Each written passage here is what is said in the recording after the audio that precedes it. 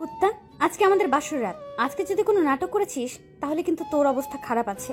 তুই এমনিতেই আমার জীবনটা জ্বালিয়ে পুড়িয়ে শেষ করে দিলি। আমার কোনো ঠেকা পড়ছে? তোর জীবনটা জ্বালিয়ে পুড়িয়ে শেষ করে দিতে তুই আমাকে বিয়ে করলি কিসের জন্য? আমি তোকে বিয়ে করতে চেয়েছি? তুই যদি আমাকে বিয়ে না করতে চেয়ে থাকিস তাহলে আমি কি চেয়েছিলাম তোকে বিয়ে করতে? তোর মতো খাটাস ছেলেকে আমি করব বিয়ে? কোনো ঠেকা পড়ছে আমার?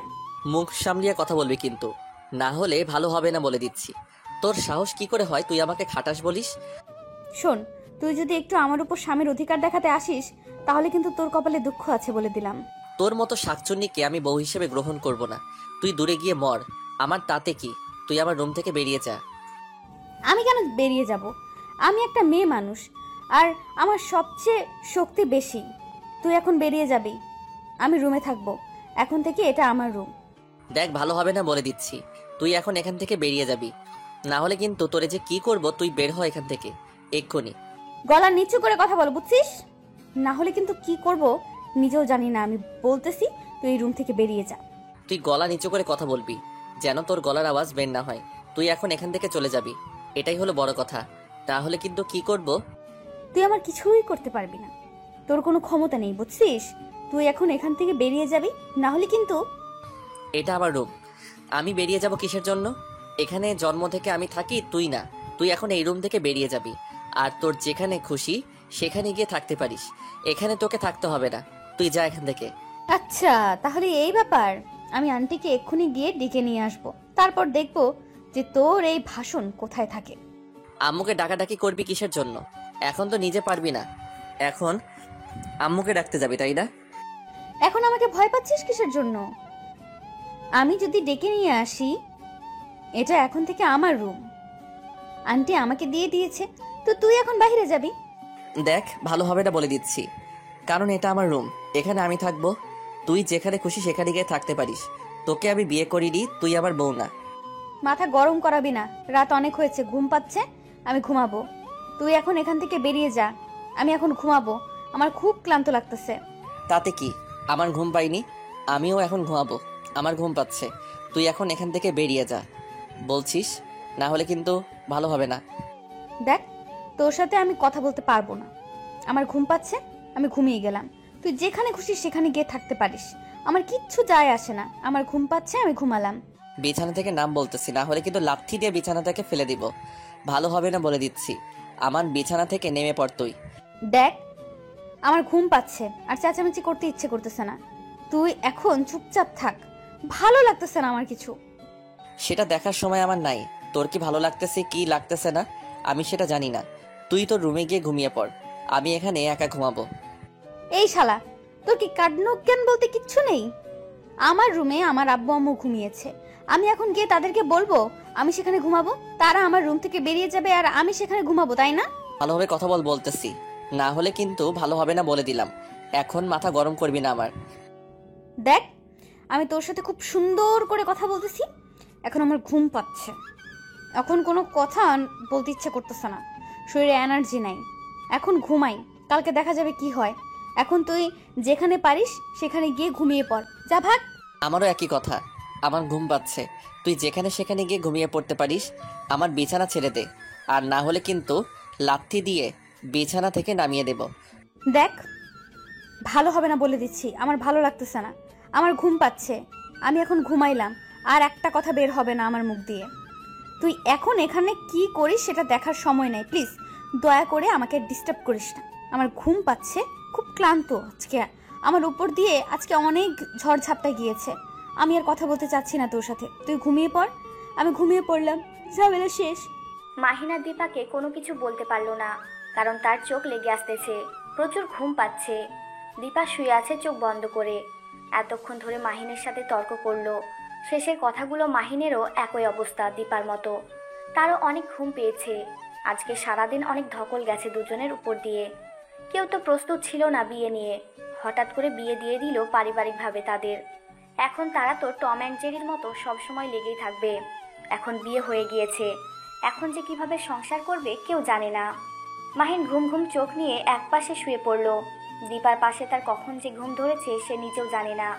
যখন ঘুম ভাঙলো তাদের দুজনের, তখন দেখতে পেল যে দীপা মাহিনের বুকের ওপর মাথা রেখে মাহিনকে শক্ত করে জড়িয়ে ধরে আছে। আর মাহিন সেটা দেখে অবাক হয়ে দীপার দিকে এক দৃষ্টিতে তাকিয়ে রইল। আর দীপা মাহিনের দিকে এক দৃষ্টিতে তাকিয়ে রইল। কেউ কোনো কথা বলতেছে না, দুজনেই নীরবতা পালন করতেছে। এভাবে কিছুক্ষণ চলার পর দুজনের যখন একটু হুঁশ ফিরে আসলো, মানে ঘুমের রেশটা চলে গেল দুজনের চোখ থেকে, তখন দুজনে বুঝতে পারতেছে তারা কি অবস্থায় আছে। আর তখন দীপা তাড়াতাড়ি মাহিনের উপর থেকে সরে গেল, আর মাহিনও তাড়াতাড়ি বিছানা ছেড়ে উঠে পড়ল। তোর লজ্জা করে না? তুই আমার বুকের উপর শুয়ে আছিস, তোর কাণ্ড জ্ঞান বলতে কিছুই নাই। শালা কুত্তা কোথাকার!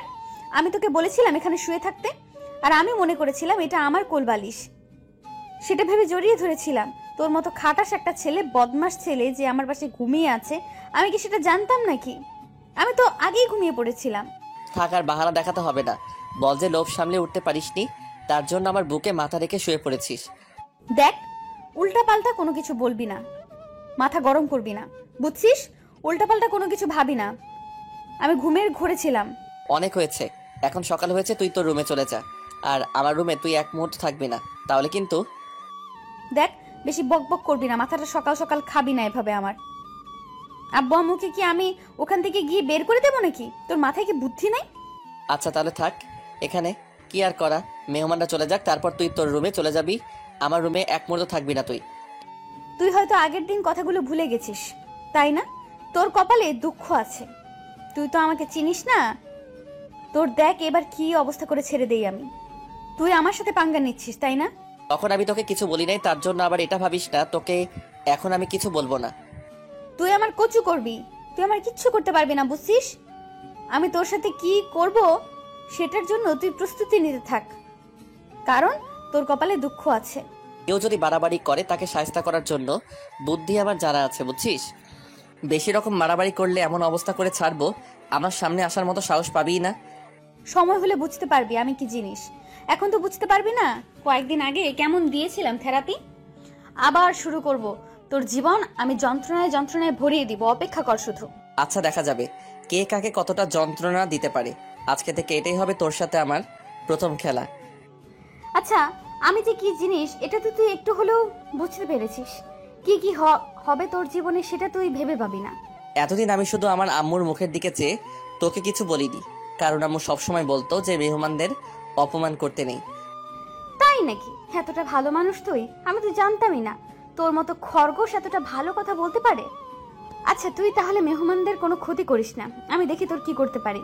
তোর সাথে বকবক করার সময় আমার নেই, এখন সুন্দরভাবে রুমটা গুছিয়ে রাখবি, কারণ আমার রুমটা নোংরা করেছিস তুই, আর এখন সুন্দরভাবে পরিষ্কার করবিও তুই।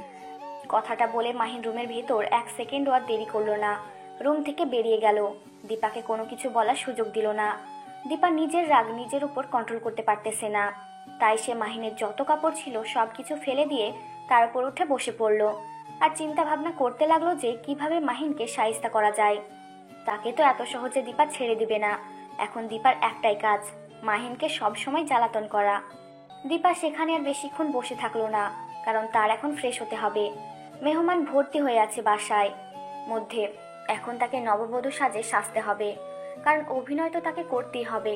যতক্ষণ না তার বাবা মা এই বাসায় চলে যাচ্ছে ততক্ষণ তাকে অভিনয়ের উপর থাকতে হবে। যখন তারা চলে যাবে তখন সে তার আসল রূপে ফিরে আসবে। আর এদিকে মাহিন বাসা থেকে বেরিয়ে সোজা একটা নদীর ধারে এসে বসে পড়ল। কি এমন একটা ভুল করলো যার জন্য তার এইরকম খাটাস মেয়ের সাথে বিয়ে হয়ে গেল? মাহিন তার বউকে নিয়ে কত স্বপ্ন দেখত, কত কিছু ভেবে রেখেছিল, কিন্তু কখনো কল্পনা করেনি যে এরকমটা একটা মেয়ের সাথে তার বিয়ে হয়ে যাবে। এটা শুধু মাহিনের স্বপ্ন না, প্রতিটা ছেলেই স্বপ্ন, প্রতিটা মেয়ের স্বপ্ন বিয়ে নিয়ে। একটা আলাদা চিন্তা ভাবনা সবার মাঝেই কাজ করে, কিন্তু মাহিনকে নিরাশ করে দিয়েছে তার পরিবার। এখন সে পরিবারের উপর কি বলবে, কি বোঝাবে তাদের? সবকিছু তো শেষ করে দিয়েছে তারা। মাহিন আর কোনো কিছু চিন্তা করতে পারতেছে না তার এখন কি করা উচিত কি না করা উচিত, কারণ দীপা মোটেও তাকে ভালোভাবে নেবে না তার জীবনে। তার কারণ অনেক আগ থেকেই বুঝতে পেরেছে মাহিন যে পরিমাণ জ্বালাতন করেছে তাকে এখন তো আরও সব সময় কাছে কাছে থাকতে হবে। না জানি আরও কত কি করে মাহিনের সাথে হয়, সেটা ভেবেই মাহিন অনেক আপসেট হয়ে যাচ্ছে, কারণ সে চায় না কারোর সাথে খারাপ ব্যবহার করতে, কারো কাছে খারাপ হয়ে থাকতে চায় না। হঠাৎ করে মাহিনের ফোনে ফোন চলে আসলো। ফোনটা বের করে দেখে আননোন নাম্বার। মাহির কি ফোন ধরবে নাকি ধরবে না ভেবে পাচ্ছে না। ফোনটা শেষ পর্যন্ত রিসিভ করলো। মাহিন আর রিসিভ করে যেটা শুনতে পেল সেটা শোনার জন্য মাহিন মোটেও প্রস্তুত ছিল না। কি রে, কোথায় তুই? বাসা ছেড়ে পালিয়েছিস কিসের জন্য? নাকি আমার অত্যাচার সহ্য করতে পারবি না তার জন্য? দেখ, উল্টাপাল্টা কোনো কথা বলবি না, তাহলে কিন্তু ভালো হবে না বলে দিচ্ছি। ভালো মতো কথা বল আমার সাথে। দেখ, ভালো মতো কথা বল, পাঙ্গা নিস না। আমার সাথে পারিস না, তোর মতো আবালের সাথে আমি আর কি কথা বলি? তুই চুপ থাক, তাড়াতাড়ি বাসায় চল। মুখ ভালো করে কথা বল বলতেছি, না হলে কিন্তু ভালো হবে না বলে দিলাম। আর আমি এতটাও নোংরা না যে নোংরা মানুষের সাথে কথা বলবো। তুই তো ধোয়া তুলসী পাতা, তুই নোংরা হতে যাবি কিসের জন্য? আমি নোংরা, আমি মেনে নিলাম। এখন আর বেশি বকবক করতে পারবো না, তাড়াতাড়ি বাসায় চলে আয়। দেখ, আমিও বেশি কথা বলতে পারবো না তোর সাথে। আমার যখন ইচ্ছা হবে আমি তখন বাসায় আসবো। তোর কথা শুনে আমি বাসায় আসবো কিসের জন্য? আমি আমার মতো এসেছি, আমার মতো যাব। তুই আমাকে ফোন করেছিস কিসের জন্য? মাথা গরম করাবি না। আমার শাশুড়ি আম্মা আমাকে ফোন করতে বলেছে তার ছেলেকে, তার জন্য আমি তার ছেলেকে ফোন করেছি। না হলে আমার আবার কোনো ঠেকা পড়েছে তোকে ফোন করতে? বেশি কথা বলবি না, ফোন রাখ বলতেছি, না হলে কিন্তু ভালো হবে না বলে দিচ্ছি। আমাকে ডিস্টার্ব করবি না। যেই ফোন দিতে বলে বলুক, বলবি যে নাই, মারা গেছে, ঝামেলা শেষ। আমি কোনো কথা বলতে চাই না তোর সাথে। যার প্রয়োজন সে আমাকে ফোন করবে। দেখ, তোর সাহস থাকলে তুই সামনাসামনি এসে এভাবে আমার সাথে তর্ক কর, তাহলে ভাববো যে তুই একটা পুরুষ। কাপুরুষের মতো ফোনে আমার সাথে তর্ক করতেছিস কিসের জন্য? সামনাসামনি আয় না। ভালো হবে না বলে দিচ্ছি। ভালো করে কথা বল, না হলে আমার সাথে কথা বলা বন্ধ করে দে। একটা বেশি কথা বলবি না, মাথা গরম করালে কিন্তু খুন করে ফেলবো তোকে। তোর দ্বারা কচু কাটা ছাড়া আর কিছু হবে না। তোর দ্বারা এখন এটা অকল্পনীয়, তাই না? এটা হাস্যকর আমার কাছে। আমার কাছে মনে হচ্ছে তুই এখন তাড়াতাড়ি বাসায় চলে আয়, না হলে কিন্তু ভালো হবে না। তোর কপালে দুঃখ আছে, সেই কথাটা মনে রাখিস। কথাটা বলে ফোন রেখে দিলাম, কারণ তার সাথে এত কথা বলার ইচ্ছা করতেছে না, তাকে শুধু জ্বালাতে ইচ্ছে করতেছে। কিন্তু সারা বাড়ি খুঁজে কোথাও পেলাম না, তাই নিজে থেকে ফোন করলাম। কারণ একা একা তো আর ভালো লাগতেছে না, বোরিং লাগতেছে। মাহিন থাকলে তো তাকে জ্বালাইতাম, কিন্তু সে তো বাড়ির বাহিরে আছে। এখন আর কি করার, একা একা বসে আছি। এখানে দেখতেছি কয়েকটা ছেলে আমার দিকে ফ্যাল ফ্যাল করে তাকিয়ে আছে। তাতে আমার কি? আমার তো কোনো ইচ্ছাই নেই, আমার তো বিয়ে নিয়ে কোনো ইন্টারেস্ট নেই, কোনো ছেলের উপর আমার ইন্টারেস্ট নেই। মাহিনকে বিয়ে করেছি কারণ হচ্ছে তাকে প্রচুর জ্বালাতে হবে। তাকে না জ্বালাইলে কেন জানি আমার শান্তিতে থাকতে পারি না। তাকে জ্বালানোর জন্য বিয়েটা করলাম, আর বাপ মাও চেয়েছিল, তার জন্য তাদেরকে খুশি করার জন্য বিয়েটা করে নিলাম। কি আর করার, এখন শুধু দেখতে থাকেন যে খেলাটা কোন দিক থেকে কোন দিকে যায়। তাকে এতটা নাচাবো কেউ কল্পনাও করতে পারবে না। এতটা তার সাথে আমি ঘাটতারামি করবো, সে বাধ্য হবে আমার কাছে ক্ষমা চাইতে। শালার কি পোড়া কপাল আমার! কেন যে বিয়েটা করতে গেলাম, কোন দুঃখে যে পরিবারের কথা শুনে নিলাম আর এই মেয়েটাকে বিয়ে করে নিলাম। আমি বুঝতে পারতেছি না, সে তো আমার জীবন তেনা তেনা করে ছেড়ে দিবে। এখন না পারতেছি তাকে সহ্য করতে, না পারতেছি তাড়িয়ে দিতে গেলে তো বাসা থেকে আমাকে বের করে দিবে। কারণ এখন আমার থেকে তার অধিকার সেই বাসায় বেশি। কারণ দীপা হচ্ছে এখন এই বাড়ির একমাত্র পুত্রবধূ। কিন্তু যে বাড়িতে পুত্রর কোনো খোঁজ রাখে না, সেই বাড়িতে পুত্রবধূকে নিয়ে ধুমধাম বেশি হয়। আমি যেটা দেখতে পেলাম, বিয়ে করে যে ভুল করেছি, আর কেউ এরকম ভুল করিয়েন না ভাই। এখানে আর বেশিক্ষণ বকবক করা যাবে না। এখানে আপনাদের সাথে আমি বকবক করি, আর ওইদিকে আমার আম্মা যান আমাকে না পেয়ে বাসায় তুলকালাম কাণ্ড শুরু করে দিক। যখন বাসায় যাব তখন দেখা যাবে যে আমাকে নিয়ে সালিশ নালিশ সব কিছু বসিয়ে দিয়েছে। আর সেখানে তো একটা মেয়ে আছে, সে তো আমাকে বাস দেওয়ার জন্য সবসময় তৈরি থাকে। তাই আপনাদের সাথে এখন গল্প করতেছি না, যাই দেখি আমার কপালে কি আছে। সাথে থাকুন, সুখে থাকেন, সুখে থাকেন। কি আছে আমার কপালে দেখতে পারবেন এখন। তারপর সেখানে না থেকে সোজা বাসায় চলে আসলাম। বাসায় এসে গেটের সামনে দেখি যে আমার দজ্জাল বউ দাঁড়িয়ে আছে। এখন কি করা যায়? এখন তো তার সামনে দিয়ে যখন যাব একগাদা প্রশ্ন করা শুরু করে দিবে, আর আমার মাথাটা হয়ে যাবে গরম। তাকে আজকে গড়ধরাই দিব, সবার সামনে না, বাসায় মানুষ কিছু বলতেও পারি না। আর সইতে পারতেছি না, কি যে অবস্থা আমার, আমি সেটা বুঝতে পারতেছি। ভাই রে ভাই, কেউ ভুল করে বিয়ে করবেন না আপনারা। এই যে মিস্টার, চোরের মতো আমাকে দেখেও না দেখার ভান করে লুকিয়ে লুকিয়ে বাসার ভেতরে যাওয়া হচ্ছে, ব্যাপার কি শুনি? আমি যে এখানে মানুষটা দাঁড়িয়ে আছি আমাকে চোখে পড়ে না? চোখে পড়লে কি আপনার সাথে কথা বলতে হবে? আমি তো মনে করি আপনি কিছুই না, মানুষ না। কারণ আপনি আপনাকে মানুষের ভাবতে পারেন, আমি মানুষ মনে করি না। এত বড় সাহস তোর! তুই আমাকে এ কথা বলিস? আমাকে মানুষ বলিস না তুই? তুই কি ভেবেছিস তোকে আজকে আমি কি যে করব ভেবে পাচ্ছি না। ওকে আমি দেখাচ্ছি, দাঁড়া। আমি আগে ভেবেছিলাম আপনি শুধু একজন অমানুষ, এখন দেখতেছি রাক্ষসী আমাকে খেয়ে ফেলবেন। এবার তো তোকে আমি ছেড়ে দিয়ে কথা বলবো না। এবার তোর কপালে সত্যিই দুঃখ আছে। তোকে যে এবার আমি কি করব ভেবে পাচ্ছি না। তুই আমাকে রাক্ষসী বলতেছিস? তোর সাহস কম না? তুই আমাকে কি কি বলতেছিস? আমি তোকে খাইছি? আজকে তোর সাহস কি করে হয় আমার সাথে এভাবে কথা বলার? দেখেন, আমি একজন সুস্থ মানুষ, আমি কোনো রাক্ষসীর সাথে কথা বলতে চাচ্ছি না। এখন আমার শরীর খুব ক্লান্ত লাগতেছে। আমি বাইরে থেকে মাত্র বাড়ি ফিরে আসলাম। আমি কোনো জল্লাদ বা রাক্ষসী মেয়ের সাথে কথা বলতে পারতেছি না। আমি ভিতরে গেলাম, আপনি এখানে থাকেন, আপনার সাথে আমি কথা বলতে চাচ্ছি না এখন। তোর সাহস দেখতেছি দিন দিন বেড়েই চলেছে। তুই আমার সাথে যেভাবে আচার আচরণ করতেছিস, তোকে আমি কি যে সাহেস্তা করব, শুধু একটু ধৈর্য ধর। কারণ আমার বাবা মা আজকেই বাসা থেকে চলে যাবে, তাদের জন্য আমি তোকে কিচ্ছু বলতে পারতেছি না। তুই মাথায় চড়ে গিয়েছিস, তাই না? তুই ঘুমিয়ে ঘুমিয়ে স্বপ্ন দেখতে থাক, আমি এখান থেকে চলে যাচ্ছি। আর আমিও তোকে এখন কিছু বলতে পারতেছি না, কারণ এখন বাসায় মেহমান। আমি যদি এখন তোকে কিছু করি তাহলে দেখা যাবে যে তারাও অপমানিত হবে। তাহলে তোর সাথে খেলা শুরু হবে। শুধু আমার বাসায় মেহমান চলে যাক, তারপর তোর সাথে খেলা শুরু হচ্ছে। আর আমি তো এখন কোথায় যাচ্ছি না। আমার অত্যাচার সহ্য করার জন্য তুই প্রস্তুতি নে। এখন আমি এই বাড়ির মালিক। তাই নাকি? এই বাড়ির মালিক তুই? তুই এই বাড়ির মালিক, আমাকে এটাও মেনে নিতে হবে? তোকে লাথি দিয়ে এই বাসা থেকে বের করে দেওয়ার ক্ষমতা আমার আছে, জানিস? কিন্তু কিছু করতেছি না, শুধু আমার আম্মাজানের জন্য। কে কাকে লাথি দিয়ে কোথায় বের করে দেয় সেটা সময় বলে দিবে। তুই আমাকে বলতেছিস না তুমি আমাকে লাথি মেরে বাড়ি থেকে বের করে দিবি? একদিন দেখবি আমি তোকে লাথি দিয়ে বের করে দেব। সেদিন আমার কাছে ক্ষমা চাইবি, কিন্তু সেদিন এই দীপা তোকে ক্ষমা করবে না। আচ্ছা, আমিও দেখব তুই কিভাবে আমার বাড়ি থেকে আমাকে তাড়িয়ে দিতে পারিস, আর আমিও তোকে তাড়িয়ে দেব, সেটাও দেখে নিস তুই।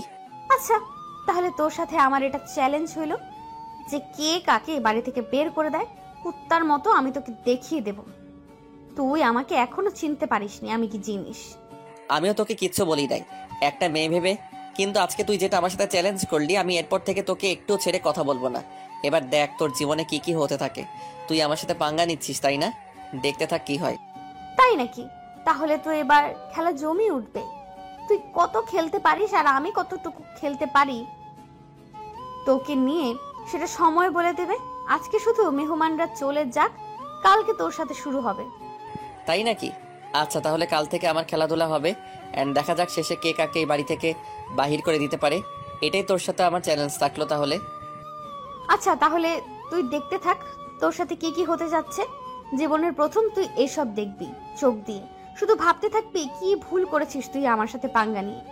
কথাটা বলে সেখান থেকে চলে আসলাম। মাথা গরম আছে। সে আমার সাথে নাকি চ্যালেঞ্জ করে, আর আমাকে নাকি এই বাড়ির কুত্তার মতো বের করে দেবে। আমি যে তোকে কি করব তুই ভেবে পাবি না। দাঁড়া, আমার মতো মেয়েকে তুই চ্যালেঞ্জ করেছিস, তোর জীবন আমি শেষ করে দিয়ে তারপর তোকে আমি রাস্তার ফকির বানিয়ে ছেড়ে দেব। এখন শুধু আপনারা দেখতে থাকেন আমি মাহিনের সাথে কি কি করতে থাকি, কারণ সে আমার মাথায় আগুন লাগিয়ে দিয়েছে। আজকে শুধু মাহিনের জন্য তাকে ছেড়ে দিয়েছি, আজকে শুধু মেহমানের জন্য তাকে ছেড়ে দিয়েছি। আমি কথা বলতেছি না। যদি মেহমান না থাকতো এই বাসায়, তাহলে আজকে যে আমি তাকে কি করতাম নিজেও জানি না, কারণ আমার মাথায় পুরো রক্ত চেপে গিয়েছে। তার সাহস কত বড়, আমাকে নাকি এই বাড়ি থেকে তাড়িয়ে দেবে। আমি এই বাসার মালিক হয়ে তাকে দেখিয়ে দেব, আর আপনারা তার সাক্ষী থাকবেন। তারপর আমি লুকিয়ে লুকিয়ে মাহিনকে দেখলাম সে কোথায় যাচ্ছে, কারণ একটু হলেও তো তাকে আজকে আমি জ্বালাবো। এটা না করলে যে আমার পেটের ভাত হজম হবে না। আমি লুকিয়ে লুকিয়ে দেখতে লাগলাম যে মাহিন কোথায় কোথায় যাচ্ছে আর কার সাথে কথা বলতেছে। দেখলাম যে সে সবার সাথেই কথা বলে নিচ্ছে, কারণ সবাই একটু পর এখান থেকে বিদায় নিয়ে যাবে। তাই হয়তো সবার খাতিরদারি করার জন্য মাহিন সবার সাথে একটু কথা বলে নিচ্ছে, না হলে যে বিষয়টা একটু অন্যরকম হয়ে যায় তার জন্য। আমি আর সেখানে গেলাম না, রুমের ভেতর চলে আসলাম। রুমে এসে বুদ্ধি করতে লাগলাম তাকে কি কিভাবে জ্বালানো যায়। এখন তো আর আলাদা রুমে থাকতে হবে না, এখন এক রুমে থাকবো। তোকে যে আমি কি করব মাহিন, তুই নিজেও বুঝতে পারবি না যে কখন কোন দিক থেকে তোর উপর আঘাত আসবে, আর তুই কোন দিকটা সামলাবি আমি সেটাও দেখে নিব। আমার সাথে চ্যালেঞ্জ করা, তাই না? আমি এবার দেখে দেব চ্যালেঞ্জ কাকে বলে, কত প্রকার ও কি কি। আমার সাথে পাঙ্গা নেওয়া, আমি যে কত ছেলেকে নাকানি চুবানি দিয়েছি তার কোনো শেষ নেই। এবার তুই আমার সেই রূপটা দেখতে পারবি। আর আমি যে কি জিনিস এবার বুঝতে পারবি। আমাকে এভাবে ফলো করে কোনো লাভ হবে না, কারণ তুই আমার কোনো কিছু করতে পারবি না। আর মেহমানরা একটু পর চলে যাচ্ছে, তারপর তোর আমি ব্যবস্থা নিতেছি, দেখবি। এখন শুধু চুপ করে আছি আমি। তাই নাকি? চুপ করে আছিস কই? চুপ করে তো আছিস না, আমার সাথে বকবক করেই যাচ্ছিস। তোর কপালে দুঃখ আছে রে। তোর কেন যে আমার সাথে লাগতে আসিস, তুই কেন যে আমার সাথে লাগতে আসিস বুঝতে পারি না। তুই তো পারবি না আমার সাথে। একটা কথা সবসময় মনে রাখবি, তখন তুই আমার বাড়ির অতিথি ছিলি, আর আমি অতিথির সাথে কখনো খারাপ ব্যবহার করি না। আমার বাবা মা সবসময় আমাকে মানুষের সাথে ভালো ব্যবহার করতে শিখিয়েছে, কিন্তু আমি এখন থেকে তোর সাথে যেটা করব তুই কল্পনা করতে পারবি না। তুই আমাকে ধমক দিচ্ছিস? তোর সাহস তো কম না। তুই আমাকে ধমকে দিচ্ছিস? তোর তো কলিজা বড় হয়ে যাচ্ছে দিন দিন। বুঝতে পারলাম না, তুই কি গত কয়েকদিনের কথা মনে হারিয়ে গেছিস? বুঝতেছি না তো। তুই এইভাবে কথা বলতেছিস কিসের জন্য আমার সাথে? তোর সাহস হচ্ছে কিভাবে? একটা কথা বলেছিলাম, মাথায় আছে? অতিথির সাথে আমি কখনো খারাপ ব্যবহার করি না, কিন্তু তুই যেহেতু এই বাড়ির মালিক হতে চাচ্ছিস, তাহলে তো তোর সাথে আমাকে যুদ্ধ ঘোষণা করতেই হয়, তাই না? তাহলে এই ব্যাপার, এখন বুঝতে পারলাম। তাহলে তোর সাথে আমার যুদ্ধ শুরু হয়ে যাচ্ছে। তুই তাহলে আমার চ্যালেঞ্জ গ্রহণ করে নিয়েছিস। ভালোভাবে বুঝতে পেরেছি। আমি কি জিনিস হয়তো এখনো পুরোপুরি বুঝতে পারিসনি, তবে আরো সময় লাগবে তোর। আমার মাঝে মাঝে না একটা কনফিউশন কাজ করে। আমার মাঝে কি জানি সেটা বলবো। আমার না মাঝে মাঝে তোকে হিজড়া মনে হয়, কারণ হিজড়াদের মতো তুই যে আচরণ করিস, আমি তো ভাবি যে তুই একটা হিজড়া। তোর কলিজা কত বড় সাহস! তুই আমাকে হিজড়া বলতেছিস? দাঁড়া, একটু নাড়াচাড়া করবি না? দাঁড়া, একটু নাড়াচাড়া করবি না এখান থেকে। এখন তুই যদি এইটুকু নাড়াচাড়া করেছিস তাহলে কিন্তু ভালো হবে না। তুই আমার কোনো কিছুই করতে পারবি না, সেটা আমি ভালো করে জানি। তাই চুপচাপ এখানে বসে থাক, আমার সাথে কথা বলতে আসবি না। যেখানে যেমন আছিস তেমন থাক। মাহিনের কথা শুনে মাথায় একদম আগুন জ্বলে উঠল আমার। সে কি বলতেছে? আমাকে নাকি হিজড়া অপবাদ দিয়েছে। তাকে তো আমি এবার শেষ করে ফেলবো। আমার রাগ আর আমি কন্ট্রোল করতে পারতেছি না। ইচ্ছে করতেছে এখনই খুন করে ফেলি, কিন্তু এখন কোনো কিছুই করতে পারতেছি না। সবকিছু প্ল্যান অনুযায়ী করতে হবে। এখন বুদ্ধিহীনতার মতো কোনো কিছু করা যাবে না। যা করার সবকিছু ভেবে চিন্তে করব। এইভাবে কোনো কিছু করলে আমার মনে হচ্ছে না আমি এখন তার সাথে পারবো, কারণ তার সাথে আমাকে সব সময় বুদ্ধি নিয়ে খেলতে হবে, শরীর দিয়ে নয়। কারণ শরীর দিয়ে খেলতে গেলে আমি তার সাথে পারবো না। আমি মাহিনকে একটু তাড়া দিলাম, কারণ সে এখন যদি আমার চোখের সামনে থাকে তাহলে আমি নিজের রাগকে কন্ট্রোল করতে পারবো না। তখন তাকে এখান থেকে তাড়িয়ে দিতে হলো। কিছুই ভালো লাগতেছে না। প্রতিশোধের আগুন মনের ভেতর দাও দাও করে জ্বলে উঠছে। শুধু এটা ভেবেই অপেক্ষা করতেছি কখন সময় আসবে আর কখন বাসা থেকে মেহমানরা চলে যাবে আর আমি তার উপর প্রতিশোধ নেওয়া শুরু করে দেব। তবে তার কলিজা কতটুকু বড়! সে আমাকে হিজড়া বলেছে আর আমি তাকে ছেড়ে কথা বলবো? কখনোই না। সেটা যদি সে কল্পনাও করে থাকে তাহলে সে ভুল ভাবতেছে। কখনোই আমি তাকে ক্ষমা করব না। তার উপর আমি প্রতিশোধ নেবই নেব। কি হলো ভাবি, এভাবে তুমি এখানে বসে আছো যে? তোমার আব্বু আম্মু তো চলে যাচ্ছে, তাদের সাথে কথা বলবে না? কথা বলে আসলাম একটু আগে, এখন আর কথা বলে কি হবে? তারা তো আমাকে স্বার্থপরের মতো তোমাদের বাসায় রেখে চলে যাচ্ছে। আমার কষ্ট তো তাদের মনে দাগ কাটতে পারে না। ভাবি তুমি যে কি বলো না, মাহিন ভাইয়ার মতো ছেলে হয় না। দেখবে সবসময় তোমাকে সুখে রাখবে, তোমাকে তোমার ফ্যামিলির কথা মনে করতেই দিবে না। আচ্ছা, সে কথা কিভাবে বললে মাহিন? কেমনে ভালো হতে পারে? আমাকে সেটা আগে বলো। মাহিন কি এমন করেছে যে তোমার কাছে সে ভালো হয়ে গিয়েছে? মাহিন ভাইয়ের মতো ছেলে হয় নাকি? সে সবসময় আমাকে সব খেলার জিনিস এনে দেয়, আমাকে সবসময় খেলতে সাহায্য করে, সব কিছু। তাই নাকি? তাহলে তো ভালো কথা। সেটা তো তোমার ভালো, তুমি খেলতে পারো সব সময়। আচ্ছা, এখন তুমি এখানে কেন এসেছো সেটা বলো। তুমি আমার একমাত্র ভাইয়ের বউ, আর আমি তোমার সাথে এসে গল্প করব না সেটা কি করে হয়? তোমার সাথে তো আমাকে গল্প করতে হবে, আর আমি গল্প করতে এসেছি এখানে, আর কি করতে আসবো? আচ্ছা, তাহলে তো সেটা ভালো কথা, গল্প করতে এসেছো। আমি তো কোনো কিছু গল্প পারি না। আজকে তোমার বাবা মা তোমাকে এখানে রেখে যাচ্ছে, তার জন্য কি তোমার মন খারাপ? নাকি আমার সাথে গল্প করতে তোমার মন চায় না? শুধু মাহিন ভাইয়ের সাথে গল্প করতে মন চায়, কোনটা? তুমি এসব কিচ্ছু বুঝতে পারবে না, তাই তুমি এখন এখান থেকে বাইরে যেতে পারো। আমার কিছু ভালো লাগতেছে না, আমি একটু ঘুমাবো। রাত্রে তোমার সাথে এখন বসে অনেক গল্প করব, কি বলো? তোমাকে একটা কথা বলার ছিল ভাবি। কথাটা হচ্ছে এরকম যে আমাদের বাসাটা তোমার কেমন লাগতেছে? আসলে আমাদের এখানে তুমি নতুন না, এ বাড়িতে অনেক গণ্যমান্য ব্যক্তি তুমি, আর এখন যে এখানে তুমি এই বাড়ির বৌমা হয়ে এসে গেলে, ব্যাপারটা তোমার কাছে কেমন লাগতেছে? ব্যাপারটা চমৎকার লাগতেছে পিচ্ছি, কারণ তোমার কথাগুলো আমার প্রচুর ভালো লাগতেছে। তোমার এত প্রশ্ন মাথায় আসে কিভাবে সেটাই একটু আমি বুঝতে পারতেছি না। কথা হচ্ছে এখন আমি একটু ঘুমাবো, পরে তোমার সাথে আড্ডা হবে জমিয়ে। আচ্ছা, তাহলে তো তুমি ঘুম পারো, আমি বাইরে যাচ্ছি। রাত্রে সবাই একসাথে বসে জমিয়ে আড্ডা দেবো। এখন থেকে তো প্রতিদিন আড্ডা হবে তোমার সাথে। তুমি যদি থাক, কিছু বলতে হবে না, আমি বুঝতে পেরেছি। এখন থেকে তো আড্ডা হচ্ছে প্রতিদিন, সমস্যা নাই, কোনো কথা হচ্ছে না। এখন তুমি ঘুমিয়ে পড়ো, রাত্রে ঘুম থেকে উঠে তারপর আমার কাছে চলে আসবে, আমরা একসাথে বসে গল্প করব, কি বলো? আচ্ছা, তাহলে এখন আমি যাচ্ছি আমার রুমে। রাত্রে কিন্তু গল্প করব, কথাটা মাথায় রেখো। রাত্রে কোনো ফাঁকিবাজি করতে পারবে না, যে কোনো কথা বলতে পারবে না। এখন ঘুমিয়ে নাও আর শরীরে একটু স্বাভাবিক করে নাও, কারণ আজকে অনেক ক্লান্তি গেছে এই 2 দিনে। তোমাকে আর কিছু পাকনামি করতে হবে না, আমি বুঝতে পেরেছি তোমার ধান্দা কি। এখন কি বলতে চাও তুমি? আমি এসব নিয়ে কোনো কথা বলতে চাই না পিচ্ছি একটা, তুমি যাও এখান থেকে। যাচ্ছি তো, বারবার বলতে হয় নাকি? আমি তো চলেই যাচ্ছিলাম, তুমি কথা বলতেছো তার জন্য দাঁড়িয়ে পড়লাম। না হলে তো আমি চলেই যেতাম, তুমি কথা বলো তাই দাঁড়িয়ে পড়লাম। আচ্ছা, তাহলে এখন আমি নিজের মুখটা বন্ধ করে নিলাম, আর কোনো কথা বলতেছি না। তুমি গিয়ে ঘুমিয়ে পড়ো, আমিও দরজা বন্ধ করে দিয়ে ঘুমিয়ে পড়ি। আমার খুব ক্লান্ত লাগতেছে, ঘুম থেকে উঠি, তারপর শরীরের শক্তি আসবে, তখন গল্প করব তোমার সাথে। তারপর আশিক সেখান থেকে চলে গেল, আমি রুমের ভেতর থেকে দরজা লাগিয়ে দিলাম।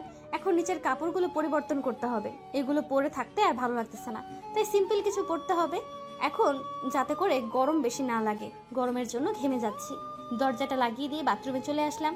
বাথরুমে এসে সব পরিবর্তন করে নিলাম, তারপর বাইরে চলে আসলাম। বাইরে এসে দেখি বাইরের কোলাহল শোনা যাচ্ছে, তাই রুম থেকে বেরিয়ে আসলাম। রুম থেকে বেরিয়ে এসে দেখি সবাই চলে যাচ্ছে একে একে।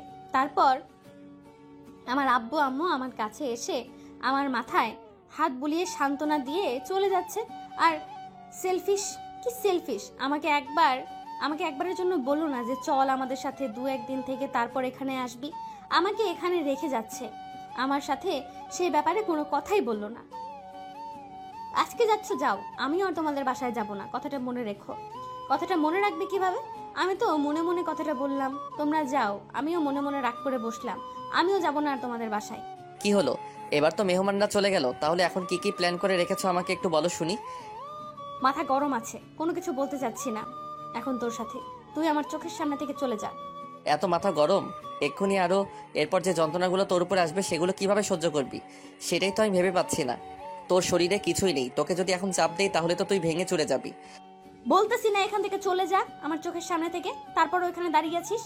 আমার সাথে তোকে কথা বলতে বলেছি, তুই আমার সাথে কথা বলতেছিস কিসের জন্য? ওরে বাবা, তোর সাথে কথা বলতে গেলে আবার অ্যাপয়েন্টমেন্ট লেটার নিয়ে আসতে হবে নাকি? যদি লাগে তাহলে বলতে পারিস, তাহলে তোর পিএ যে আছে তার সাথে আমার পরিচয় করিয়ে দিস, তার কাছ থেকে এটা নিয়ে আসবো। কুত্তা কোথাকার, মাথা গরম আছে, তুই এখান থেকে চলে যা, না হয় থাপ্পড় খাবি আমার হাতে। আমি এখন চাচ্ছি না কাউকে থাপ্পড় মারতে, যখন শুরু করব তখন কিন্তু থামবো না। শালি, তোর কথা অনেক শুনেছি, এবার আমার অত্যাচার সহ্য করার জন্য প্রস্তুতি নে, কারণ এবার তোকে আমি যেটা করব তার জন্যই হয়তো অনেক পস্তাবি পড়ে। আমার হাত ছেড়ে দে বলতেছি, না হলে কিন্তু ভালো হবে না। আমার হাত ছেড়ে দে, তুই এখান থেকে চলে যা। তোর হাত ছেড়ে দেওয়ার জন্য কি ধরেছি নাকি? এবার দেখ তোর সাথে কি করি আমি, তুই কল্পনাও করতে পারবি না। শুধু অপেক্ষা কর, কারণ এবার তোর কপালে দুঃখ আছে। তুই ভালো করে জানিস যে তোর আমার থেকে শক্তি বেশি, তার জন্য হয়তো তোর কাছে এখন আমি শক্তি প্রয়োগ করতে পারবো না, কিন্তু পরে এর প্রতিশোধ আমি ঠিকই নিয়ে নেব। আমাকে ছেড়ে দে বলতেছি। তোকে কি ছেড়ে দেওয়ার জন্য ধরেছি নাকি? এখন আমার সাথে চল, তোর সাথে খেলা হবে। এবার তুই যে আমাকে চিনিস না, এবার থেকে ভালো করে চিনতে পারবি। দেখ, ভালো হবে না বলে দিচ্ছি, তুই আমাকে ছেড়ে দে, আর না হলে কিন্তু ভালো হবে না। তুই জোর জবরদস্তি করতেছিস কিসের জন্য আমার সাথে? শালি, আমার সাথে চ্যালেঞ্জের কথা ভুলে গেছিস? তোর সাথে তো মাত্র খেলা শুরু করলাম, এরপর থেকে কি কি যে হবে তুই কল্পনা করতে পারবি না, কারণ এতদিন তোকে কিছু বলিনি, তুই এবার অতিথি ছিলি, কিন্তু এখন না। বারবার বলতেছি আমাকে ছেড়ে দে, না হলে কিন্তু ভালো হবে না, তোকে আমি দেখে নেব। তুই আমার সাথে জোর জবরদস্তি করতে পারিস না, তুই ছেড়ে দে আমাকে। তুই এখনই আমাকে ভয় পাইতেছিস, তাহলে কিভাবে চলবে? ভয় পাইলে তো চলবে না, সাহস রাখো বুকের ভেতর, কারণ তোর সাথে যেটা হবে কল্পনা করতে পারবি না। তুই আয় রুমে। না, আমি কখনোই যাব না। আমাকে ছেড়ে দে, না হলে কিন্তু ভালো হবে না বলে দিচ্ছি। আমাকে ছয়রা দে, তুই ছয়রা দে বলতেছি। তুই কোনো কিছু করতে পারবি না আমার। তুই এই ছেড়ে দে বলতে পারবি, কিন্তু আমি তো তোকে ছেড়ে দিচ্ছি না। আজকে তোর সাথে খেলা হবে বলে দিয়েছি না? চ্যালেঞ্জের কথা কি ভুলে গিয়েছিস? আমাকে কি চ্যালেঞ্জ দিয়েছিলি? প্লিজ আমাকে ছেড়ে দে। আমার এত বড় সর্বনাশ তুই করবি না, তাহলে কিন্তু আমি তোকে খুন করে ফেলবো। তুই আমাকে ছেড়ে দিয়ে আমার রুম থেকে বেরিয়ে যা। কেন, কিসের জন্য ছেড়ে দেব? তোকে আমি ছেড়ে দেওয়ার জন্য কি রুমের ভেতরে নিয়ে এসেছি নাকি? আর একটা কথা মাথায় রাখবি, সব সময় চ্যালেঞ্জ আছে আমাদের মাঝে একটা। তার জন্য তুই আমাকে জোর জবরদস্তি করে ব্যবহার করবি, আমার ইজ্জত নিয়ে খেলা করবি? সেটা তো হতে পারে না। তুই আমাকে প্লিজ ছেড়ে দে, আমি তোকে খুন করে ফেলবো। না হলে তুই আমাকে ছেড়ে দে বলতেছি। তুই যদি আমার জীবন নিয়ে খেলা করতে পারিস, তাহলে আমি তোর ইজ্জত নিয়ে খেলতে পারবো না নাকি? আমার যখন খুশি তখন খেলবো। এখন তুই কান্না করিস না, কি করিস সেটাই দেখার কোনো টাইম নেই আমার। এখন যেটা করতেছি করবো, তুই পারলে আমাকে বাধা দে। দেখ, ভালো হবে না বলে দিচ্ছি। আমাকে ছেড়ে দে, আমার কাছে আসবি না, তাহলে ভালো হবে না বলে দিলাম। কিসের ভালো হবে নাকি ভালো হবে না? আমার তো কোনো কিছু ভালো হয় না কখনো। আর এখন আবার নতুন করে কি ভালো হতে যাবে? আমার কোনো কিছু ভালো হওয়া লাগবে না। আমার এখন ইচ্ছা মতো আমি সব করব। তাই বলে তুই আমার ইজ্জত নিয়ে খেলতে পারিস না? আমি তোকে বারবার বাধা করতেছি, তুই আমার কাছে আসবি না, আমাকে স্পর্শ করার চেষ্টা করবি না, আমার থেকে দূরে থাক। দূরে থাকবো নাকি কাছে চলে আসবো সেটা তো এখন আমার ব্যাপার। এখন তুই যতই চিল্লাচিল্লি করিস না কেন, তোর চিল্লানি কেউ শুনবে না, কারণ তোর আব্বু আম্মুর সাথে তাদের বাসায় চলে গিয়েছে শুধু আমাদের একান্ত সময় কাটানোর জন্য। এখন একান্ত সময় কাটাবো, কেউ নেই বাসায়, শুধু শুধু তুই আর আমি। দেখ মাহিন, তোকে ভালোই ভালোই বলতেছি, আমার মাথা গরম করবি না, আমার থেকে দূরে থাক, আমার কাছে আসবি না, দূরে থাক বলতেছি। আমার কাছে আসতেছিস কিসের জন্য?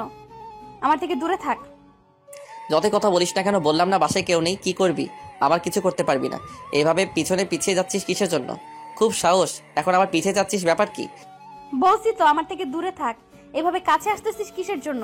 আমাকে স্পর্শ করবি না, দূরে থাক, দূরে দূরে থাক, আর একটু সামনে এগিয়ে আসবি না। আমি বারবার যতই মাহিনকে দূরে থাকতে বলেছি, মাহিন ততই আমার কাছে চলে আসতেছে। আমি কি করব না করব ভেবে পাচ্ছি না। বাসায় কেউ নেই, রুমের ভেতর থেকে দরজা লাগিয়ে দিয়েছে। আমি যদি এখন রুমের বাইরে চলে যেতে চাই, তাহলে দরজা খুলতে অনেক সময় লাগবে, কিন্তু বাইরে গিয়ে কি করব? বাইরে তো কেউ নেই যে যার কাছে গিয়ে বসে থাকবো। বাসায় কেউ নেই, একদম ফাঁকা হয়ে আছে বাসা। এদিকে মাহিন আমার কাছে প্রায় চলে এসেছে। আমি এখন কি করা উচিত? আমার এখন কি করা উচিত আমি ভাবতে পারছি না, কারণ আমি তো তার শক্তির সাথে আমি পেরে উঠবো না। শেষ পর্যন্ত কোনো উপায় না পেয়ে রুমের ভেতর ছোটাছুটি করা শুরু করলাম, কিন্তু কোনো কাজ হচ্ছে না। আমি তো রুম থেকে বের হয়ে যেতে পারতেছি না। রুমের ভেতর আর কতক্ষণ এভাবে ছোটাছুটি করা যায়? শেষ পর্যন্ত ক্লান্ত হয়ে গেলাম, আর মাহিন এসে আমাকে ধরে ফেললো। আমার যতটুকু শক্তি ছিল সব শক্তি প্রয়োগ করে মাহিনকে বাধা দেওয়ার চেষ্টা করতেছি, সে যেন আমার কাছে না আসে। কিন্তু আমার শক্তি তো তার কাছে কিছুই না, আমি নিতান্তই তার কাছে হেরে গেলাম। আর সে আমাকে কোলে তুলে নিয়ে বিছানার উপর ছুঁড়ে ফেলে দিল। অনেক ব্যথা পাইলাম, কিন্তু কিছু বলে তো কাজ হবে না, কারণ আমি তো তার উপর প্রতিশোধ নেব। এখন হয়তো তার কাছে আত্মসমর্পণ করা ছাড়া আর কোনো উপায় থাকবে না। কারণ হচ্ছে, আমি তো এখন তার সাথে কোনো কিছুতেই পারবো না। আমি এখন বন্দি তার কাছে, সবকিছু তার ইচ্ছা অনুযায়ী হবে। এখানে আমার ইচ্ছার কোনো দাম থাকবে না, কিন্তু আমি এর প্রতিটা প্রতিশোধ অক্ষরে অক্ষরে নিব। মাহিন এসে আমার শরীরের উপর তার শরীরটা এলিয়ে দিল। তার ওজন আমি নিতে পারতেছি না, কারণ আমি কোথায় শুটকি আর সে কোথায় মুটকি। মাহিন এক হাত দিয়ে আমার চুলগুলো মুষ্টিবদ্ধ করে ধরলো। চুলে প্রচুর ব্যথা লাগতেছে, চিল্লাচিল্লি করতেছি, কিন্তু আমার চিল্লাচিল্লিতে মাহিনের কোনো কিছু যায় আসতেছে না। শেষ পর্যন্ত আমার সর্বনাশ করে তারপর ছেড়ে দিল। আমি কি করব? অসহায়, আমার কিছুই করার নেই। এখানে চুপচাপ শুধু নির্বাক বালিকার মতো সব সহ্য করে গেলাম। আজকের পর থেকে কখনো তুই আমার সাথে পাঙ্গা নিতে আসবি না, তাহলে কিন্তু পরিস্থিতি আরো ভয়াবহ হবে তোর। তুই আবার এটা ভেবে বসে থাকিস না যে তুই আমার ইজ্জত লুটে নিয়েছিস, আর আমি সেই শোকে তোকে কিছুই বলবো না। আমি ভালো করে জানি তুই কোন লেভেলে চিটার মাইয়া। তোকে আমি এত সহজভাবে নিতে চাই না, কারণ প্রতিপক্ষকে কখনো দুর্বল ভাবা ঠিক নয়। তুই যেমন আমাকে দুর্বল ভেবেছিলি, আর আজকে তার প্রতিদান দিয়ে দিলাম। কেমন লাগলো? ঠিক আছে, আজকে যেটা করলি সেটা আমি মেনে নিলাম, কারণ এটা স্বাভাবিক। বিয়ে করে নিয়েছিস, এসব দরকার আছে, কিন্তু একটা কথা মাথায় রাখবি, তোকে খুন করে ফেলবো, এটাও আমার একটা প্রতিজ্ঞা। এরকম শত্রু কজনের কপালে জোটে বলতো? কারণ শত্রুকে বলে দিচ্ছে যে সে আমাকে খুন করবে। এর থেকে হাস্যকর কিছু আছে? খুন করবি মনে মনে রাখ, আমাকে বলে দিচ্ছিস কেন? পরে দেখবি যে তুই মরে পড়ে আছিস। অতটাও দুর্বল ভাবিস না যে তোকে বলে দিচ্ছি আর তুই আমাকে খুন করে ফেলবি। এতটা সহজ না, কারণ আমি তার আগেই তোকে এই পৃথিবীর বুক থেকে সরিয়ে দেব খুব তাড়াতাড়ি। আচ্ছা, তাহলে সেটা দেখার জন্য অপেক্ষায় রইলাম। কবে দেখি সেই দিনটা আমার সামনে চলে আসে। সেই দিনটার জন্য অপেক্ষা করতেছি। এখন বকবক না করে আমার রুম থেকে বেরিয়ে যা। এটা তোর বাপের রুম যে তুই যেটা বলবি আমি তোকে সেটাই শুনতে হবে? আমি এখানে শুয়ে থাকবো, তোর যদি ভালো না লাগে তুই অন্য রুমে যেতে পারিস। তুইও তো ভুলে গিয়েছিস যে এটা আমার বাপের বাড়ি, তার মানে এটা আমার বাপের রুম। আর তুই এখন এখান থেকে বেরিয়ে যা। তোর বাপের রুম হয়েছে তাতে কি হয়েছে? আমার শাশুড়ি মায়ের স্বামীর রুম, তার মানে এটাতে আমার অধিকার আছে। তুই এখন বেরিয়ে যা এখান থেকে। তোকে আমি কখন স্ত্রীর অধিকার দিলাম যে তুই এখানে অধিকার দেখাচ্ছিস? তোকে বলতেছি না তুই এখান থেকে বেরিয়ে যা। কুত্তা, তোকে আমি আবার কখন স্বামীর অধিকার দিয়েছি? আমি কখন বলেছি তুই আমার স্বামী আর সেই অধিকারে আমি এখানে থাকবো? ভাগ এখান থেকে। তোর যাবতীয় জিনিস নিয়ে এই রুম থেকে এক্ষুনি বেরিয়ে অন্য রুমে শিফট হয়ে যা। আমার সামনে তোকে দেখতে চাই না। তোর সাথে ঝগড়া করার কোনো ইচ্ছা নেই। এখন তো এখান থেকে বেরিয়ে যা। তোকে ইচ্ছা করতেছে না তাই বের হয়ে যা এখান থেকে। এটা আমার রুম, আমি রুম থেকে বেরিয়ে যাব কিসের জন্য? তোকে বলতেছি বেরিয়ে যা। তুই এখন এখানে আছিস কিসের জন্য? নির্লজ্জের মতো। আমার তো লজ্জা নেই, আমি নির্লজ্জ। তো সমস্যা? এখন এখান থেকে বেরিয়ে যা। তোর মুখ দেখতে চাচ্ছি না আমি। বেরো এখান থেকে। এবার মাথা গরম করবি না, তাহলে কিন্তু বিছানা থেকে একদম ছুঁড়ে ফেলে দেবো। আর আমার রুমে আসার সাহস পাবি না। আমার সাথে কথা বলা তো দূরের কথা। অপমান করতেছিস তাই না? করতে থাক, সমস্যা নেই। আমারও সময় আসবে, তখন আমিও তোকে যে অপমানগুলো করব সেটার জন্য প্রস্তুত থাক। তুই আমার কচু করবি, কোনো কিছুই করতে পারবি না। এখন এখান থেকে বেরিয়ে যা, না হলে কিন্তু ভালো হবে না বলে দিলাম। এখন এখান থেকে বেরাবি, না হলে তোর কপালে এখন আবার আরেকটা দুঃখ আসবে। তাই বলতেছি এখন মাথা ঠিক আছে, এখান থেকে বেরিয়ে যা। আমি মাহিনের সাথে কোনো কথা না বলে চুপচাপ সেখান থেকে বেরিয়ে আসলাম। এত তর্ক করার ইচ্ছে করতেছে না, কেমন লাগতেছে, এত কথা ভালো লাগতেছে না। তাই রুম থেকে বের হয়ে আসলাম। এখন আমাকে কিছু প্ল্যান করতে হবে। আমার তো প্রতিশোধ নিতে হবে। এইভাবে প্ল্যান করলে চলবে না, তার বাস্তবায়ন তো করতে হবে। তার সাথে তো কখনো আমি শোক দিতে পারবো না। তাকে পেছন থেকে আঘাত করতে হবে, না হলে আমি শান্তি পাবো না। তার ক্ষতি তো আমাকে করতেই হবে, না হলে এখানে থেকে আমার কিছুই হবে না, শুধু নির্যাতন সহ্য করতে হবে। তার থেকে তাকে আমি কয়েকদিনের জন্য বিছানায় রাখার ব্যবস্থা করি, তারপর তার পা ভেঙে ফেলবো। এখন তো কিছু করলে সমস্যা হয়ে দাঁড়াবে। এখন কিছু করা যাবে না। এখন কিছু করতে গেলে সে বুঝতে পেরে যাবে, রাত্রে দেখা যাবে। এখন চুপচাপ গোসলটা শেষ করে তারপর রাত্রে দেখা যাবে। রুম থেকে বেরিয়ে তো দেখি সবাই বাসায় আছে। আমি অবাক হয়ে গেলাম, তাহলে আমি কিসের এত নির্যাতন সহ্য করলাম? আমি তো রুম থেকে বের হতে পারতাম, কত সুযোগ পেয়েছি। কিন্তু তার কথা শুনে তো আমি বোকার মতো রুমে ছিলাম আর তার অত্যাচারগুলো সহ্য করলাম। এটা আমি কি করলাম? এটা কি হইলো আমার সাথে? আমি কখনো কল্পনাও করিনি যে সে আমাকে এইভাবে বোকা বানাবে আর আমি তার কথায় বোকা বনে যাব। যাই হোক, যা হবার তা হয়ে গেছে। অতীত নিয়ে নাড়াচাড়া করে কোনো লাভ নেই। এখন ভবিষ্যতে তাকে আমি কি শাস্তি দেব সেটাই চিন্তা করতে হবে আমাকে। ভাবি, ভাবি কোথায় যাচ্ছ? রাত্রে না আমার সাথে তোমার গল্প করার কথা, এখন আবার কোথায় যাচ্ছ? আমার সাথে গল্প করবে না? আমার অল্প একটু কাজ আছে, আমি শেষ করে তোমার রুমে যাচ্ছি। তুমি একটু তোমার পড়াশোনা শেষ করো। আমি তোমার রুমে যাচ্ছি, তো একটু পরে দেখবে আমি তোমার রুমে চলে গিয়েছি গল্প করার জন্য। তুমি আমাকে ফাঁকি দেওয়ার চেষ্টা করতেছো। আমার সাথে এরকম করলে কিন্তু আমি কান্না করে দেবো। আমার সাথে গল্প করবে না তুমি? কি যে বলো না তুমি! তোমার মতো কিউট গুলু বাচ্চার সাথে সবাই গল্প করতে চাইবে। আমিও চাই তোমার সাথে গল্প করতে। তোমার রুমে আমি একটু পর যাচ্ছি, আমার একটু কাজ আছে। তুমি আমাকে 10 মিনিট সময় দাও। আচ্ছা, দিলাম সময়। আমি এখানেই বসে থাকবো। আজকে পড়াশোনা পর্যন্ত করবো না। আজকে কেউ পড়াশোনা করে? বাসায় কত মেহমান, আমার তো পড়াশোনার ডিস্টার্ব হবে। আচ্ছা, তাহলে তুমি এখানে বসে থাকো আর সামনে তাকিয়ে দেখো একটা কিউট সুন্দরী মেয়ে দেখা যাচ্ছে, তার সাথে গল্প করো। আমি 10 মিনিটের ভেতরেই তোমার কাছে চলে আসতেছি। আমি এতটাও ক্যারেক্টারলেস না যে একটা মেয়ের সাথে গিয়ে ফ্লার্ট করব। আমি কি দেখতে কম সুন্দর নাকি? এমনিতেই আমার উপর ইমপ্রেস হয়ে যাবে। তোমার তো কনফিডেন্স লেভেল অনেক হাই, তুমি পারবে সবকিছু করতে। তোমার ভাইয়াকে দেখো, সে শুধু মেয়ের পেছনে ছুটে। তোমার তো দেখতেছি অন্যরকম ধান্দা। আমার আবার কিসের দান্দা? আমি তো সবকিছু মাহিন ভাইয়ের কাছ থেকেই শিখেছি। সে তো মেয়েদের সাথে কথাই বলে না, তাদের পাত্তাই দেয় না। আমি তো তার থেকে ইন্সপায়ার্ড হয়েছি। আচ্ছা থাকো তাহলে, আমি একটু যাচ্ছি। আর 10 মিনিট পর তোমার সাথে এসে আরো অনেক গল্প করব। তোমার সাথে গল্প করতে আমার অনেক ভালো লাগে। আচ্ছা, তাহলে তোমার সাথে 10 মিনিট পর দেখা হচ্ছে। আর তুমি যদি এবার ফাঁকিবাজি দেওয়ার চেষ্টা করো তাহলে আর কোনোদিন তোমার সাথে কথা বলবো না, কথাটা মাথায় রেখো। আচ্ছা আমার পিচ্চি বাবুটা, আমি যাচ্ছি, আর 10 মিনিট পর তোমার সাথে দেখা করতেছি। তারপর গল্প হবে, আড্ডা হবে জমিয়ে। তারপর আশিক সেখান থেকে ভুলিয়ে ভালিয়ে পাঠিয়ে দিলাম। দিয়ে আমি আমার রুমে আসলাম, গোসল করে নিলাম। মাথায় যন্ত্রণা করতেছে, কোনো কিছুই ভালো লাগতেছে না। হঠাৎ করে মাহিন যে আমার সাথে এরকম করবে আমি কোনো কল্পনাও করতে পারিনি। গোসলটা শেষ করে নিয়ে তাড়াতাড়ি রুম থেকে বেরিয়ে আসলাম, কারণ আমার পরিকল্পনা মাফিক আমাকে কাজ চালিয়ে যেতে হবে। এইভাবে বসে থাকলে হবে না। গোসল করে রুম থেকে বের হতেই দেখি মাহিন সামনে দাঁড়িয়ে আশিকের সাথে খেলা করতেছে। দুইজনে অনেক মজা করতেছে। আমি আশিকের চোখ ফাঁকি দিয়ে রান্নাঘরে চলে আসলাম। রান্নাঘরে এসে দেখি আমার নতুন শাশুড়ি আম্মা জান রান্নার কাজে ব্যস্ত। আমি তাকে একটু সাহায্য করলাম, কারণ আমি তার ভাতিজি সম্পর্কে, তাকে তো আমি সাহায্য করতেই পারি। তার সাথে ছেলেকে যতই দেখতে পাই না কেন, তার সাথে তো আমার কোনো শত্রুতা নেই। তিনি তো আমাকে ছোট থেকেই কোলে পিঠে করে মানুষ করেছে। তারপর দুইজন মিলে তাড়াতাড়ি রান্না করার কাজ শেষ করলাম। তারপর টেবিলে খাবার দিয়ে দিলাম। বাসায় তো তেমন কিছুই নেই, বাসায় তো তেমন কেউ নেই। আমি, আশিক, মাহিন আর ফুপি আম্মা সবাই তাড়াতাড়ি খাওয়া দাওয়া শেষ করে নিলাম। খাওয়া শেষ করে নিয়ে আশিক আমার পাশে এসে আমার হাত ধরে বসলো। এখন নাকি তার সাথে গল্প করতে হবে আমার।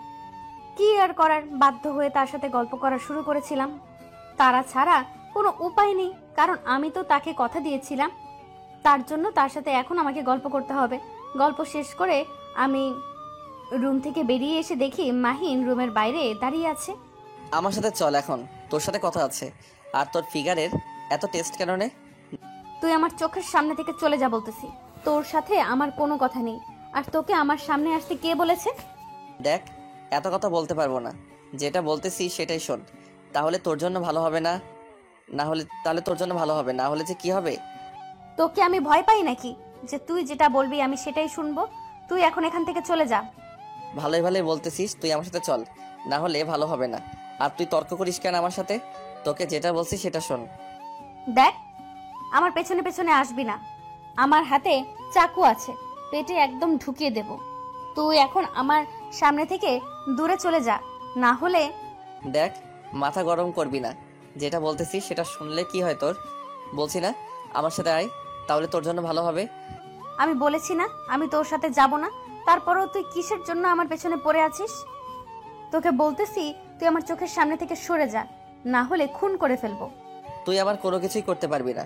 এখন হাত থেকে চাকুটা রেখে দে, না হলে কিন্তু। আমি ভালোভাবে বলতেছি তুই এখন এখান থেকে চলে যা, তাহলে ভালো হবে। আর আমার সামনে তুই থাকবি না, চলে যা। বেশি মাথা গরম করাবি না আবার। তোকে বলছি তুই আমার সাথে আয়, তারপরে তুই আমার কথা শুনতেছিস না কিসের জন্য? তোকে আমি যেটা বলতেছি তুই সেটাই শোন। কথাটা বলে মাহিন এসে আমার হাত ধরে ফেললো। আমার রাগ মাথায় চড়ে উঠল। আমি বারবার বলতেছি তাকে আমার থেকে দূরে চলে যেতে, কিন্তু সে বারবার আমার কাছে চলে আসতেছে।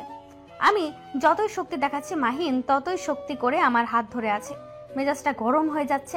আমি এখন তার সাথে কথা বলতে চাচ্ছি না, কিন্তু সে আমার হাত ধরে আছে। মাথা গরম হয়ে যাচ্ছে। বলতেছি আমার হাত ছেড়ে দে, না হলে কিন্তু ভালো হবে না। সত্যি সত্যি কিন্তু খুন করে ফেলবো তোকে। মাথা গরম করবি না আমার।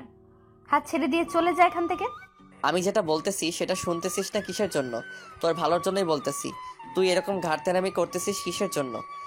আমার মাথা একদম গরম হয়ে গেল। আমি তাকে এতবার বলতেছি যে আমি এখন কোনো কিছু ভালো লাগতেছে না, কিন্তু সে শুনতেছে না। আমি নিজের রাগ কন্ট্রোল করতে পারলাম না। আমার হাতে চাকুটা ছিল, সেটা সোজা মাহিনের হাতের কবজিতে ঢুকিয়ে দিলাম।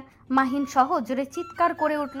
আমার মেজাজটা এতটাই গরম ছিল যে চাকুটা বাহির করে আবার মাহিনের বুকের উপর চালিয়ে দিলাম, কারণ আমার রাগ এতটাই উঠে গেছে। আমি কি করতেছি না করতেছি সব আমার কন্ট্রোলের বাহিরে। এমনিতে মাহিন আমাকে ধর্ষণ করেছিল। শেষ পর্যন্ত তুই তোর ইচ্ছাটা পূরণ করে ফেললি, আমার জীবনটা শেষ করে দিলি। আচ্ছা, মরার আগে তোকে একটা কথা বলে যাচ্ছি। আমার বিছানার বালিশের নিচে একটা ডায়েরি আছে, সেখানে সব কিছু লেখা আছে। তোর বান্ধবীর সাথে কি হয়েছিল, আমি তোর বান্ধবী ভালো করতে চেয়েছিলাম, সব কিছু সেখানে সুন্দর করে লিখে রাখছি। কি কি ঘটেছিল পড়ে নিস। আমি তো আর বলতে পারলাম না তোকে। ঠিক বলেছিস। এখন থেকে আমি শান্তিতে থাকবো। আমি আমার বান্ধবীকে দেওয়া ওয়াদা পালন করতে পেরেছি। সে আমার কলেজার বান্ধবী ছিল, তাকে ধর্ষণ করে মেরে ফেলেছিস তুই। এখন আমি তার প্রতিশোধ নিয়ে নিলাম। এখন তুই কি করিস সেটা তোর ব্যাপার। আমি তোকে সব সত্যি ঘটনাটা বলার জন্যই তোকে ডাকতেছিলাম, সেই সুযোগটা দিলি না। আমার হাতে তো বেশিক্ষণ সময় নেই। তুই যেভাবে আঘাত করেছিস, আচ্ছা সমস্যা নেই, হয়তো এভাবে আমার মরণ ছিল, কিন্তু একটাই আফসোস হচ্ছে, হয়তো আমার আম্মুকে দেখার কেউ থাকবে না। হয়তো কিছুদিন পর আমার আম্মুটা পাগলি হয়ে যাবে তার একটা মাত্র ছেলের অকাল মৃত্যুতে। তুই এখন আমার রুমে গিয়ে ডায়েরিটা নিয়ে এখান থেকে পালিয়ে যা। আমি চাই না তোর কোনো ক্ষতি হোক। আমি সাধারণ থাকতে পারলাম না, উঠে পড়ে গেলাম। আমার চোখ দিয়ে সব কিছু পরিষ্কার দেখতে পাচ্ছি না, সব কিছু কেমন জানি ঝাপসা হয়ে যাচ্ছে, আর আমার নিঃশ্বাসটা কেমন জানি ভারী হয়ে যাচ্ছে। আমি অনেক চেষ্টা করতেছি নিজেকে সজাগ করে রাখার। আমি লাস্টবারের মতো আমার আম্মুর মুখটা দেখতে চাচ্ছি, কিন্তু সেই সুযোগটা আমার হচ্ছে না। আমি এত চেষ্টা করতেছি চোখটা খোলা রাখবো, কিন্তু নিজের চোখটা খুলে রাখতে পারতেছি না। সব কিছু ঝাপসা দেখতেছি। আমি চেষ্টা করতেছি চোখ খোলা রাখবো, আর আমার পুরো শরীর নিস্তব্ধ হয়ে যাচ্ছে, আর আমার চোখ দুটো অটোমেটিকলি বন্ধ হয়ে যাচ্ছে। আমি কোনো কিছু দেখতে পারতেছি না। আমার শ্বাস বন্ধ হয়ে যাচ্ছে, আমি শ্বাস নিতে পারতেছি না। আমার অনেক কষ্ট হচ্ছে, প্রচুর কষ্ট হচ্ছে। শেষবারের মতো শুধু দীপার মুখটা একবার ভালো করে দেখে নিলাম, তারপর আমার আর কোনো কিছু মনে নেই। আমি সব কিছু ছেড়ে পরপারে পাড়ি জমানোর জন্য একদম রেডি হয়ে গেলাম। আল্লাহর কাছে ক্ষমা চেয়ে নিলাম যত ভুল করেছি সব কিছুর জন্য। মাহিন, কি হলো তোমার? আমি সত্যি ইচ্ছাকৃতভাবে তোমাকে চাকু দিয়ে আঘাত করিনি, আমার অনিচ্ছায় ভাবে হয়ে গেছে। আমি সত্যিই নিজের কন্ট্রোলে ছিলাম না। কি হলো? কথা বলো না কেন? চুপ করে আছো কিসের জন্য? কথা বলো আমার সাথে। তুমি চোখ বন্ধ করে নিচ্ছ কেন? তোমার কিচ্ছু হবে না। এটা আমি কি করে ফেললাম? না মাহিন, তুমি মরতে পারো না। আমাকে একা করে দিয়ে তুমি কখনোই মরতে পারো না। আপনারা কি ভাবতেছেন আমি তাকে বাঁচাবো? কখনোই না। আমি একটু নাটক করতেছিলাম। আমি দেখতে চেয়েছিলাম যে সে কতক্ষণ বেঁচে থাকতে পারে, কিন্তু তার পুঁটি মাছের প্রাণ অল্পতেই চলে গেল। কি আর করার, শেষ পর্যন্ত ঝামেলাটা শেষ করেই ফেললাম। এখন আমি এখান থেকে চলে যাব, তারপর ও কি করে করুক সেটা দেখার সময় আমার নেই। আমার যেটা পরিকল্পনা ছিল সেটা আমি শেষ করে ফেলেছি। আমার বান্ধবীকে দেওয়া দাবি পালন করে ফেলেছি। কাজ শেষ। আজকে থেকে আমি আমার বান্ধবীকে দেওয়া কথা সেটা পূরণ করে ফেললাম। আজকে থেকে তার আত্মার শান্তি পাবে। ভালোবাসার মানুষকে কত কিছু না করতে বাধ্য করে, তাই না? আসলে মানুষ কখন কি করে বসে কি না করে বসে সেটা আমরা জানি না। আমি আমার বান্ধবীকে দেখেছিলাম তার সাথে রুম ডেট করতে, আর সে আমাকে বলে সে নাকি কিছুই জানে না। তারা যে ভিডিও বানিয়েছিল সেই ভিডিও আমার বান্ধবী আমাকে দেখিয়েছিল। আমার বান্ধবীকে মাহিন কথা দিয়েছিল তাকে বিয়ে করবে, কিন্তু তাকে ব্যবহার করে ছেড়ে দিয়েছে। কেন মানুষ এরকম করে? কিসের জন্য বুঝি না। মানুষ কি পায় এরকম করে? মেয়ে মানুষদের কোনো মূল্য নেই এই সমাজে। তারা কি সব সময় অবহেলিত থাকবে নাকি? তাদের কিছু করার আছে।